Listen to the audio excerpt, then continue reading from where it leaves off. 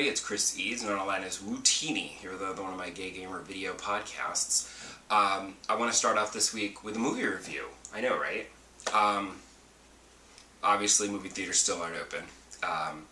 But as you know, if you are a longtime watcher of my video podcast, I love Eurovision.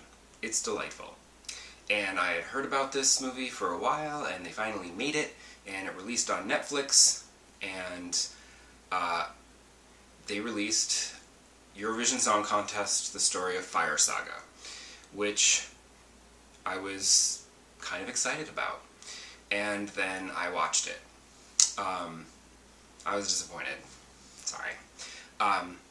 Not the biggest Will Ferrell fan in the first place, but Rachel McAdams is actually quite good in it. My problem is that it's too long, first of all. It's like 2 hours long, and that just feels unnecessary. They could have dropped 20 minutes, and it probably could have been tighter, and that might have helped a little, because it's also not particularly funny. There's a few amusing bits. I laughed out loud once. There was one joke that made me laugh out loud. And that was when it got like super weird. And I was like, I could have maybe used more of that.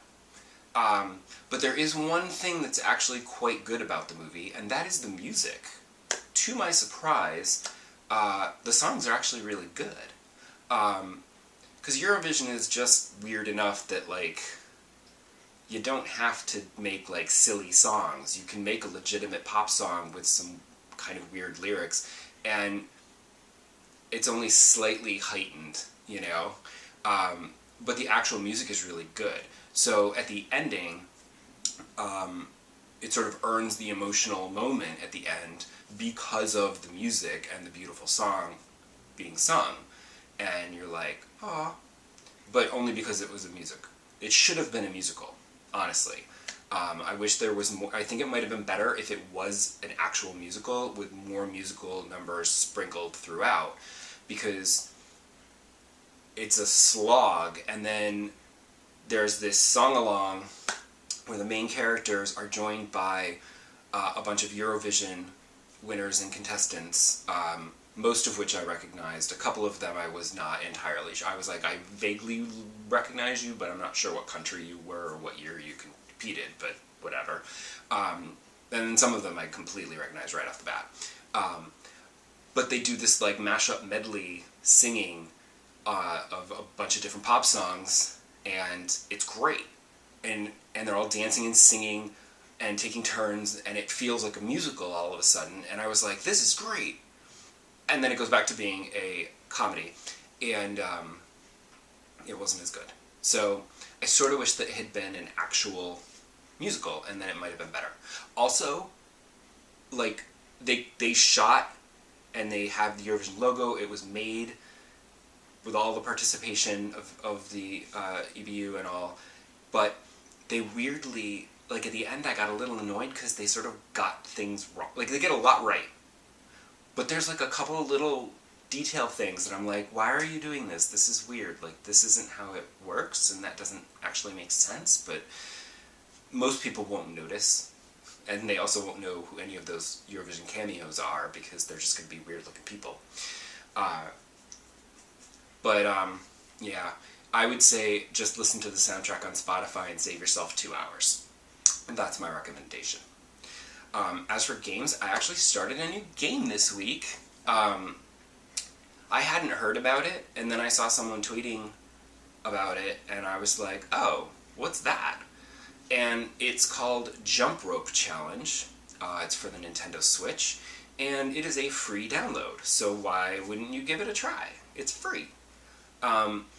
It was made by some Nintendo developers at home to, you know, get you for a quick and simple way to get moving when you're stuck in your house. And you basically just take the two Joy-Con controllers, one in each hand, and you virtually jump rope. And there's a cute little bunny rabbit, and he jumps rope, and you can have two people going at the same time. You can change the little bunny outfits, and after you hit your goal, if you continue jumping, the background changes to some photograph. Like I had he was jumping in front of a sleepy kitten. That was very cute. I also had like a moonscape, just to change it up visually, I guess.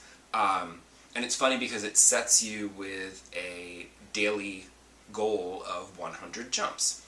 And I did that, and I was like, oh, that's easy. So the next day I was like, you know what, let me just up it to 200 just to make myself jump more. And because it only takes like a minute or so to do 100 jumps. But when I went to do 200 jumps, I was like, I got to like 150, and I'm like, okay, like, oh my god, this is taking a while, and I'm getting a little tired. I'm a little out of shape. Because I haven't played Ring Fit in a long time, so I am out of shape, stuck in my house. But it is a very quick and a very easy way to just virtually jump rope in your home. And you can swing your arms or not. You can just jump up and down if you want. Or you can just swing your arms if you don't want to bother your downstairs neighbors or if you have bad knees or something. But it's very cute, and it's a free download, so go get it. I think it's free until September, so go get it before they charge you $5 for it or something. And then I also wanted to talk about Animal Crossing. There is another new update coming for Animal Crossing, which is super exciting. It's coming July 3rd, and we can go swimming! Yay! It's adding in the swimming and diving features that were in New Leaf. It's also giving you, Pascal is back to trade mermaid furniture DIY recipes for scallops, which is awesome. And I just really like that Nintendo has been like kind of parceling out these gameplay additions, because there are things that are brand new in New Horizons that are like, oh, we can do this now. Oh, this is great. But then there were things like the swimming and diving that you couldn't do. And I was like, well, I guess maybe they'll add that in later, because that would be fun. But, and they are. And it just keeps the game going for people, which I appreciate, because while I am completely obsessed with Animal Crossing and will play it literally every day of my life, there are people who, rush through the game and just, do everything they can and then time travel and stuff to get all the great furniture and whatever, and then they're just like, okay, I'm bored now. So, like, there's people like me who are playing it every day. Then there's people who probably just play it a couple of times, 2-3 times a week, just, checking in on their thing, which you can do that now because you don't have to worry about your flowers wilting, so. But then there's the people who rush through it and then they stop playing, and they'll just play every time there's one of these new, like, oh, now there's Red is bringing art. Oh, now we have to go collect art. And now we're going to be able to dive for fish things and undersea creatures and, donate them to the museum. All right, I have to go get those too, because that's all they care about. And I'm hoping we'll see what happens. Obviously, they're adding in new editions. There's another one coming in August. It seems like every month there's going to be some kind of new update where you get stuff and it adds to the game. And I'm going to be very curious to see what happens after 1 year, because for the first year of an Animal Crossing game, there's all kinds of new things to discover. Every month there's a new holiday, there's new bugs, there's new fish, there's new everything. And then once you get through 1 year, you feel like, okay, I've done everything. I've seen all the holidays, I've experienced all the events, now what? And the problem is in previous games, like every time Halloween came around, it was the same thing. And once you've got all the Halloween furniture, why are you going to bother? And some of them in New Leaf were really annoying, like collecting the feathers for Pave. Like, that took forever. It was really annoying because he needs like 3 of each color, and I'm just like, that's annoying. And I did it, and I think the next year I did it some more and got the rest of the furniture, and then I was just like, okay, now I don't really need to do this anymore because I have all the furniture and I don't like it anyway. I just did it to do it. So I'm hoping that perhaps, like, they'll change it up so that, there will be new Halloween furniture, or holiday, Toy Day furniture, that sort of thing. Just to keep it interesting and not have it be exactly the same every single year. Because Nintendo has to understand that there are some people who do continue to play Animal Crossing years into the future. So,